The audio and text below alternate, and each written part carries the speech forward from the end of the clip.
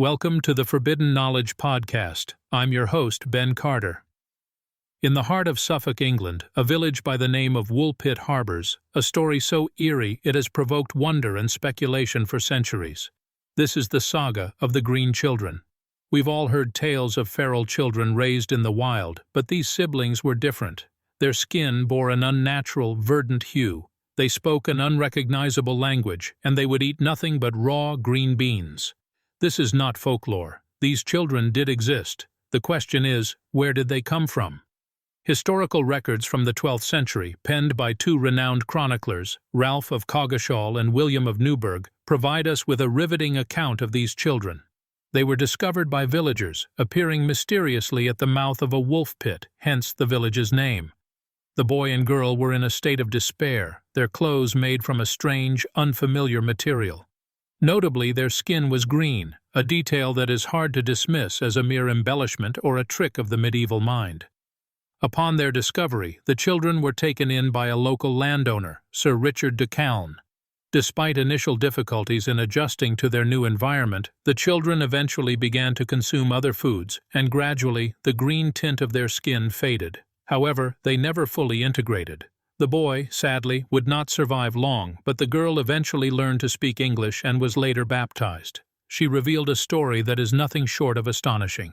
The siblings had come from a land where the sun never shone, where everything was perpetually bathed in a twilight hue. This land, she claimed, was inhabited by people who were all as green as they were. Their journey to Woolpit had involved them following the sound of bells, eventually leading them to emerge from the wolf pit.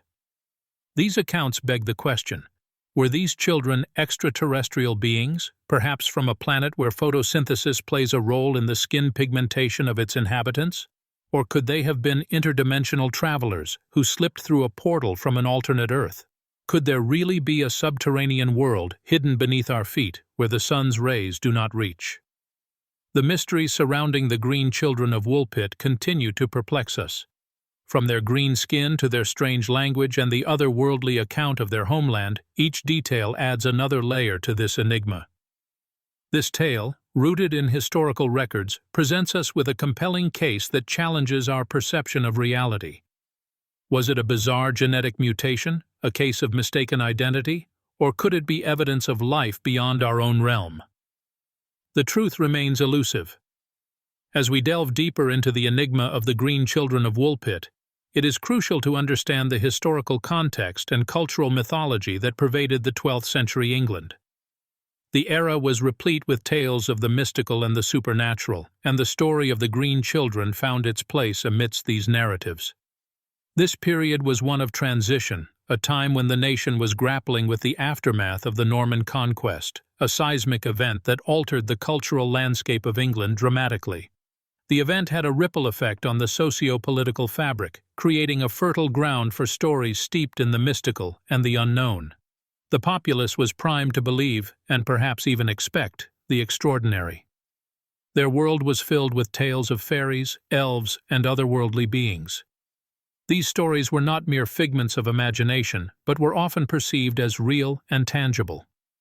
The concept of other realms, parallel to the human world, was a common feature in the folklore of the time.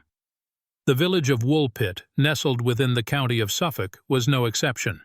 This region was steeped in ancient lore and mythology. Suffolk was known for its sacred sites and its close ties to the pagan beliefs of the Celtic and Anglo-Saxon tribes.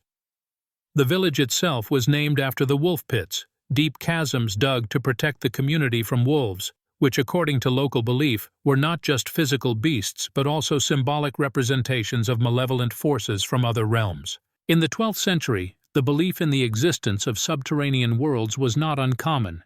The idea of a hollow earth inhabited by strange creatures or even entire civilizations was part of the popular folklore. This belief system extended to the concept of other dimensions, alternate realities where time and space behave differently. The account of the Green Children, then, would not have seemed entirely outlandish to the people of Woolpit. Their story aligned with existing narratives of otherworldly beings, of mysterious lands hidden from human sight, and of portals that connected these dimensions. Thus, the cultural context of the period provides a fertile backdrop for the mystery of the Green Children. The tale, with its otherworldly elements, was woven into the rich tapestry of the myths and legends that formed the collective consciousness of the time. Even as we consider the potential extraterrestrial or interdimensional origins of the green children, we must also acknowledge the power of cultural beliefs and societal attitudes in shaping, interpreting, and perpetuating such narratives. As we delve deeper into the enigma of the green children of Woolpit, it's important to consider the sources that first recorded this extraordinary tale. The primary accounts of the green children come from two chronicles, the Historia Rerum Anglicarum, written by William of Newburgh in the 12th century, and the Chronicon Anglicanum, penned by Abbot Ralph of Coggeshall around the same period. William of Newburgh, a 12th-century English historian known for his critical and skeptical approach to his sources, reported the event with an air of reluctant belief. Despite his usual skepticism, he stated, "I was so overwhelmed by the weight of so many and such competent witnesses that I dared not reject it." This suggests the tale had considerable influence and acceptance during his time. Abbot Ralph, on the other hand, was a chronicler known for his interest in the strange and supernatural. He reported the story with a sense of wonder and intrigue, adding intricate details about the children's dietary peculiarities and their gradual adaptation to the human world. Digging further into history, we find whispers of the green children in esoteric writings and folklore. The Celtic mythology is teeming with tales of green-skinned fairies and elves, while the ancient Greeks wrote about green-skinned nymphs and deities. These texts, while not directly linked to the green children, hint at a pervasive cross-cultural belief in green-skinned, otherworldly beings. Meanwhile, a series of archaeological discoveries in the 20th century added another layer to the mystery. In 1934, excavations near Woolpit unearthed a series of ancient tunnels known as Dean holes. These deep, man-made shafts were often linked to the folklore of subterranean dwellers. Could these tunnels be the very pits that the green children emerged from? In recent years, whistleblowers from various government and military backgrounds have come forward with claims of encounters with extraterrestrial or interdimensional beings, often describing them as having an unusual skin hue. While this information is often dismissed, it's interesting to note the parallels with the age-old tale of the green children. The tale of the green children of Woolpit, then, is not an isolated phenomenon, but part of a larger tapestry of folklore, esoteric writings, archaeological findings, and whistleblower testimonies. Each strand of this tapestry adds complexity to the narrative, weaving a story that continues to captivate and mystify us. Delving deeper into the narrative, we find a core theory that has been gathering momentum over the years, the hypothesis that the green children of Woolpit were not of this world, or even of this dimension. This is a theory that both defies the mainstream historical interpretation and simultaneously resonates with anomalous accounts from around the globe. The first anomaly lies in the children's skin color. Science tells us that chlorosis, a condition caused by iron deficiency, can turn the skin green. However, the extreme shade of green reported in the case of the Woolpit children is far beyond the pale, sallow hue associated with chlorosis. Furthermore, the children's skin gradually changed to a normal human color as they established a regular diet, indicating that their original color was neither permanent nor pathological. Then there is the matter of the children's language. It was unlike anything the villagers of Woolpit had ever heard. Could this be a dialect from a far-off land, or perhaps an entirely alien language? Linguistic experts have tried to link it to Flemish, Welsh, and even Norse, but all attempts have been inconclusive. Perhaps the most compelling anomaly is the children's account of their homeland, a place of perpetual twilight, where all inhabitants were of the same green hue. There is no known location on Earth that matches this description, leading to speculation that the children came from another world or dimension. Interdimensional travel, while a staple of science fiction, is also a serious topic of study in theoretical physics. Some theories suggest the existence of parallel universes, each with its own unique physical laws. Could the green children have slipped through a rift between dimensions, finding themselves in our world? The children's reported intolerance to all food except raw beans is another puzzling aspect. It is difficult to imagine a diet or culture anywhere on Earth where such a peculiar dietary habit could develop. Finally, the children's emergence from a wolf pit suggests a sudden appearance rather than a gradual journey. This could indicate a form of teleportation, a concept that, while it defies current scientific understanding, is speculated upon in quantum physics. These anomalies present a narrative that disrupts the conventional understanding of history and challenges the boundaries of what we accept as possible. They invite us to question, to explore, and to consider that there may be more to the universe than our current understanding allows. They remind us that there is always room for mystery, for the unknown, and for the inexplicable in our world. The physical evidence related to the green children of Woolpit presents its own enigma. The only tangible artifact we have from this case is the historical records dating back to the 12th century. Carbon dating these texts verifies their age, placing them firmly in the era they describe. However, this dating technique offers no insight into the veracity of the events they narrate. The location from where the children emerged is also noteworthy. The wolf pit they reportedly appeared from is not an ordinary hole in the ground. It's a structure, a megalithic construction carved from the earth with purpose and intent. Megalithic constructions have long been associated with various spiritual practices and beliefs, often connected with otherworldly entities or dimensions. For instance, Stonehenge and the pyramids are both believed by some to serve as portals or conduits to other realms. Does the wolf pit in Woolpit hold a similar significance? Sacred geometry, an ancient science that explores the mathematical patterns in nature, could also offer some insight. It's believed that these patterns hold the keys to understanding the nature of reality itself. The dimensions, layout, and positioning of the wolf pit may reveal a pattern or code that could hint at its purpose. Modern science has also attempted to unravel this perplexing case through DNA studies. However, without physical specimens, these studies remain hypothetical.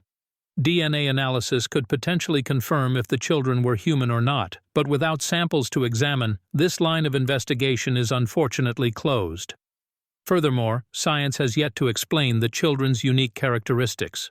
Their initial green skin color, their unfamiliar language, and their peculiar dietary preference for raw beans are all outside the realm of conventional understanding. Even more baffling is their account of a twilight homeland, a place where every inhabitant shares their strange hue. The scientific evidence, or lack thereof, surrounding the green children of Woolpit only deepens the mystery. Were they extraterrestrial, interdimensional, or something else entirely? Can modern science, with its ever-expanding understanding of the universe, ever hope to fully explain this enigma? Or does the truth lie in the realm of the unknown, forever shrouded in the mists of time? The evidence invites us to ponder these questions, to keep the doors of inquiry open, and to concede that the universe may hold secrets beyond our current grasp. Despite the intriguing evidence pointing towards the extraterrestrial or interdimensional origins of the green children of Woolpit, mainstream academia and media have often attempted to bury or discredit these theories. The skepticism is not entirely unfounded given the lack of tangible evidence, but the extent of the pushback hints at a desire to maintain the status quo, to keep the narrative within the confines of known and accepted phenomena. Historians, for instance, have often attempted to explain the green children of Woolpit as Flemish immigrants, orphaned during the reign of King Stephen. The greenish hue of their skin, some have argued, could be due to malnutrition or a condition known as chlorosis. Their unfamiliar language, a dialect of Flemish or Dutch, and their strange dietary preferences, a result of famine or cultural differences. Media outlets, too, have largely stuck to this narrative, often presenting it as the most plausible explanation. These traditional interpretations, while providing a semblance of an answer, fail to address the peculiarities of the case fully. The twilight homeland the children spoke of, the drastic change in their skin color over time, and their initial refusal to eat anything other than raw beans still remain unexplained. Moreover, institutions of learning and research, often gatekeepers of knowledge, have shown little interest in delving into the mystery of the green children of Woolpit. The lack of substantial scientific inquiry into the case might be due to its fringe nature, but it also suggests a reluctance to engage with theories that challenge our understanding of reality. Interestingly, while these institutions dismiss the extraterrestrial or interdimensional theories as mere folklore or myth, they also fail to provide a comprehensive alternative explanation. This selective skepticism, this tendency to debunk without providing a satisfactory counter-theory, raises questions about the nature of knowledge and truth. In an era where our understanding of the cosmos is expanding, where we are discovering new planets and exploring the possibilities of multiverses, it seems narrow-minded to outrightly dismiss the possibility of extraterrestrial or interdimensional beings. The green children of Woolpit, with their unique characteristics and baffling story, may be an enigma that defies conventional understanding. But isn't that the nature of mysteries, to elude easy answers and keep us searching, questioning, and wondering about the secrets of the universe? Venturing into the realm of the spiritual and metaphysical, the story of the green children of Woolpit takes on an entirely different dimension. Under this lens, these seemingly otherworldly beings could serve as a channel to explore human origins, consciousness, divine purpose, or cosmic design. The very existence of these children, if viewed as interdimensional or extraterrestrial beings, could suggest that our universe is not alone. Their presence could imply a multiverse reality, an array of parallel universes, each with its own laws of physics, its own history, and perhaps its own form of consciousness.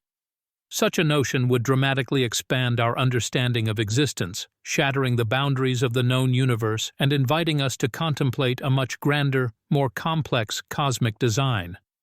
The children's transformation, the gradual fading of their unusual green hue, could be interpreted as a metaphor for a spiritual journey, a transition from one state of being to another. This metamorphosis might represent an evolution of consciousness, a shift from a lower to a higher vibrational frequency. If we accept this interpretation, the story of the green children of Woolpit becomes a tale of spiritual awakening, of transcendence and transformation. The children's initial refusal to eat anything but raw beans could also hold metaphysical significance.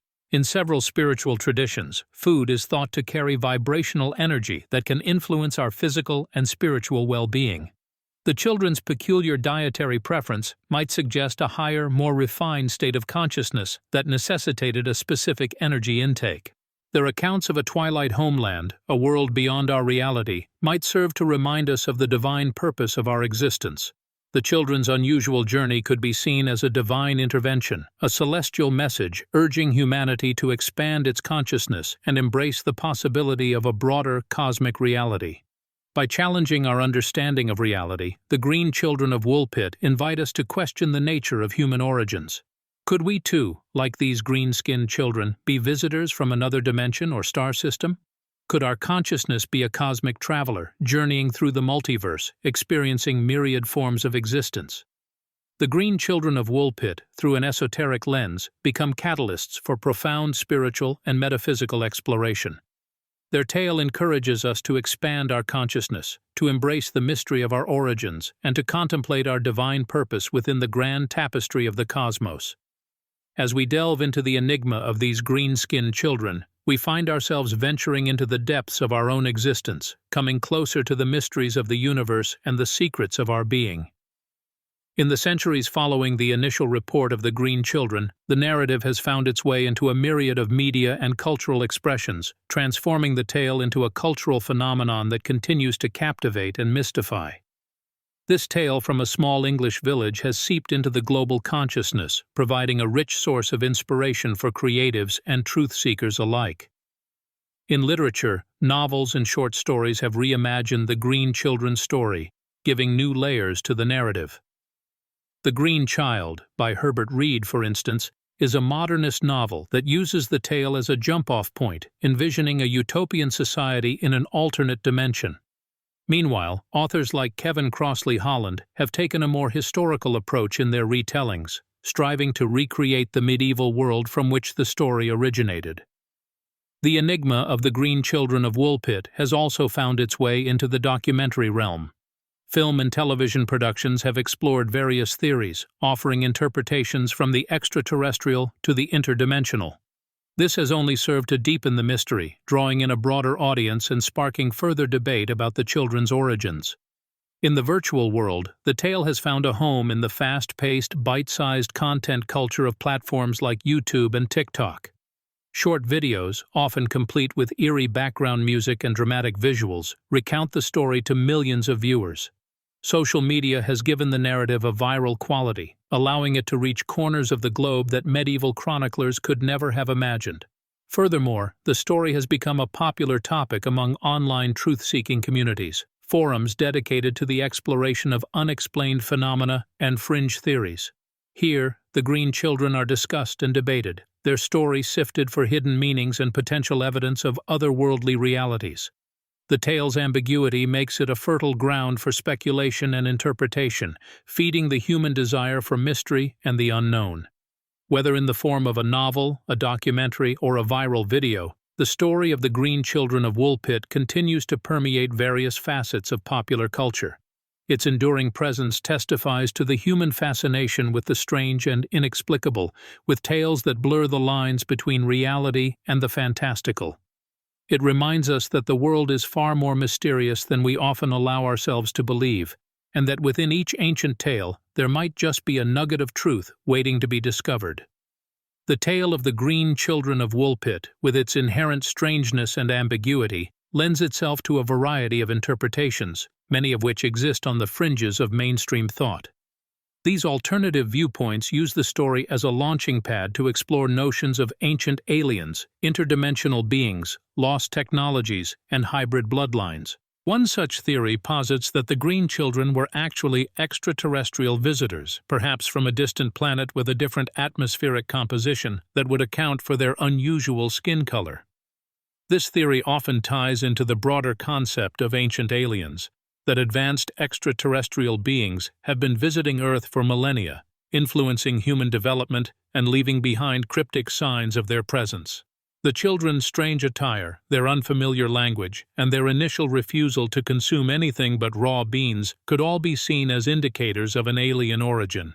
Another interpretation suggests that the children were interdimensional beings, hailing from a parallel universe where the laws of physics and biology differ from our own. Advocates for this theory often reference the children's description of their homeland, a twilight realm where the sun never shone brightly and all inhabitants shared their green hue. This could be seen as a description of a parallel reality existing simultaneously with our own, yet governed by different principles. Theories of lost technologies and forgotten civilizations also come into play. Some propose that the children were remnants of a once advanced society that had fallen into ruin, forced to live underground due to some ancient catastrophe. Here, the children's green coloration is explained as a side effect of their subterranean lifestyle, while their inability to understand sunlight and regular food is attributed to their adaptation to a unique underground ecology. Finally, the notion of hybrid bloodlines is also explored.